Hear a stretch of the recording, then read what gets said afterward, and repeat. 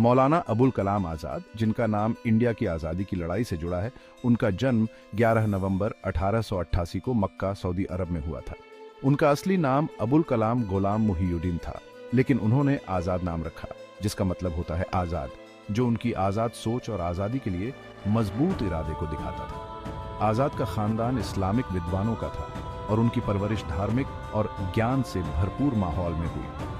आज़ाद की शुरुआती शिक्षा घर पर ही उनके पिता मौलाना खैरुद्दीन, जो खुद एक जाने माने इस्लामिक विद्वान थे, की देखरेख में हुई। उन्होंने इस्लामी धर्मशास्त्र, दर्शन और अरबी साहित्य का गहराई से अध्ययन किया। ज्ञान की उनकी प्यास धार्मिक ग्रंथों तक सीमित नहीं थी और उन्होंने खुद को शास्त्रीय फारसी कवियों और दार्शनिकों की रचनाओं में डुबो दिया। विभिन्न प्रकार के इन प्रभावों ने उनके दृष्टिकोण को आकार दिया और उनमें ज्ञान और तार्किक सोच के प्रति गहरी प्रशंसा पैदा की। छोटी उम्र में ही आज़ाद ने असाधारण बौद्धिक क्षमता का प्रदर्शन किया और कई विषयों में तेजी से महारत हासिल कर ली। वे भाषा, तर्क और दर्शन में उत्कृष्ट थे और उन्होंने जल्दी ही अपने शिक्षकों और साथियों की प्रशंसा अर्जित की। उनकी असाधारण याददाश्त और विश्लेषणात्मक दिमाग ने उन्हें जटिल अवधारणाओं को आसानी से समझने में मदद की, जिससे एक विद्वान, लेखक और नेता के रूप में उनके भविष्य की नींव पड़ी। अपनी पारंपरिक परवरिश के बावजूद आज़ाद का दृष्टिकोण प्रगतिशील था। उन्होंने धार्मिक सिद्धांतों की कठोर व्याख्याओं पर सवाल उठाए और मुस्लिम समुदाय के भीतर सामाजिक सुधार की वकालत की। शिक्षा के महत्व, खासकर महिलाओं के लिए, में उनके विश्वास ने उन्हें उनके कई समकालीन लोगों से अलग कर दिया। ये आगे की सोच वाला दृष्टिकोण बाद में उनकी राजनीतिक विचारधारा और एक स्वतंत्र भारत के लिए उनके दृष्टिकोण को प्रभावित करेगा। एक युवा के रूप में लिखने के अपने जुनून ने आज़ाद को पत्रकारिता की दुनिया में ले आया, एक ऐसा मंच जिसे उन्होंने सामाजिक और राजनीतिक बदलाव के लिए एक शक्तिशाली साधन के रूप में पहचाना। 1912 में 24 साल की उम्र में उन्होंने अल हिलाल द क्रिसेंट नामक एक साप्ताहिक उर्दू अखबार की स्थापना की और उसका संपादन किया। समकालीन मुद्दों पर अपनी बेबाक और व्यावहारिक टिप्पणी, ब्रिटिश उपनिवेशवाद को चुनौती देने और भारतीय स्वशासन की वकालत करने के लिए यह प्रकाशन जल्दी ही लोकप्रिय हो गया।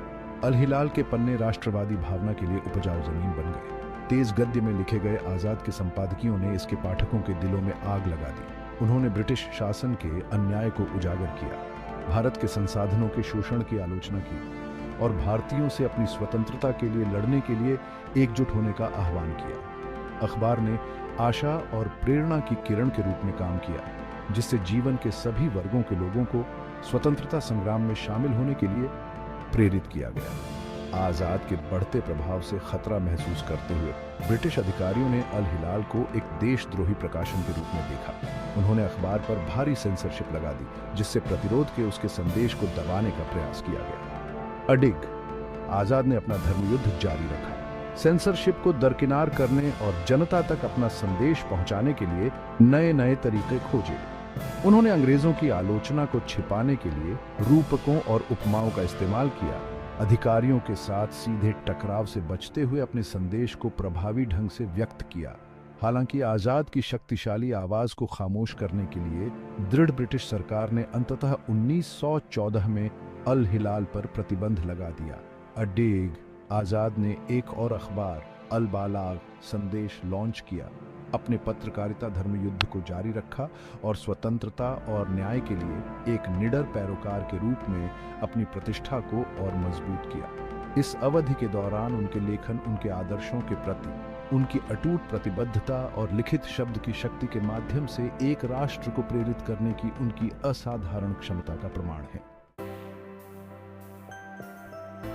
जैसे ही भारत ने आज़ादी के एक नए युग में कदम रखा, मौलाना अबुल कलाम आज़ाद ने राष्ट्र को आकार देने में महत्वपूर्ण भूमिका निभानी जारी रखी। उन्होंने स्वतंत्र भारत के पहले शिक्षा मंत्री के रूप में कार्य किया, एक ऐसी प्रणाली की नींव रखी जो आने वाली पीढ़ियों को सशक्त बनाए।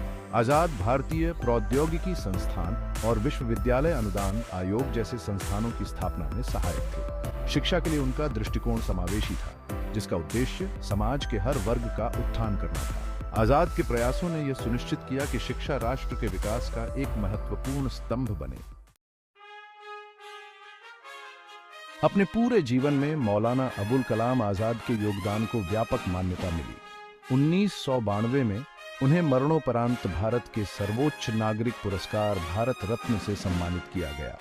यह सम्मान देश के प्रति उनके अटूट समर्पण और इसकी प्रगति पर उनके महत्वपूर्ण प्रभाव का प्रमाण था। आजाद की विरासत प्रेरित करती रहती है, हमें ज्ञान की शक्ति और एकता के महत्व की याद दिलाती है। मौलाना अबुल कलाम आजाद आजादी और प्रगति के प्रतीक बने हुए हैं। आजादी की लड़ाई में उनके अथक प्रयासों और शिक्षा के प्रति उनके दूरदर्शी दृष्टिकोण ने भारत पर एक अमिट छाप छोड़ी है। आजाद का जीवन दृढ़ता, बुद्धि और प्रत्येक व्यक्ति की क्षमता में गहरे विश्वास की शक्ति का प्रमाण है। जब हम उनके योगदान पर विचार करते हैं तो हमें उन मूल्यों की याद आती है जिनके लिए वे खड़े थे और आने वाली पीढ़ियों के लिए उन्होंने जो रास्ता बनाया। आजाद की विरासत केवल इतिहास का हिस्सा नहीं है, ये भविष्य के लिए एक मार्गदर्शक प्रकाश है।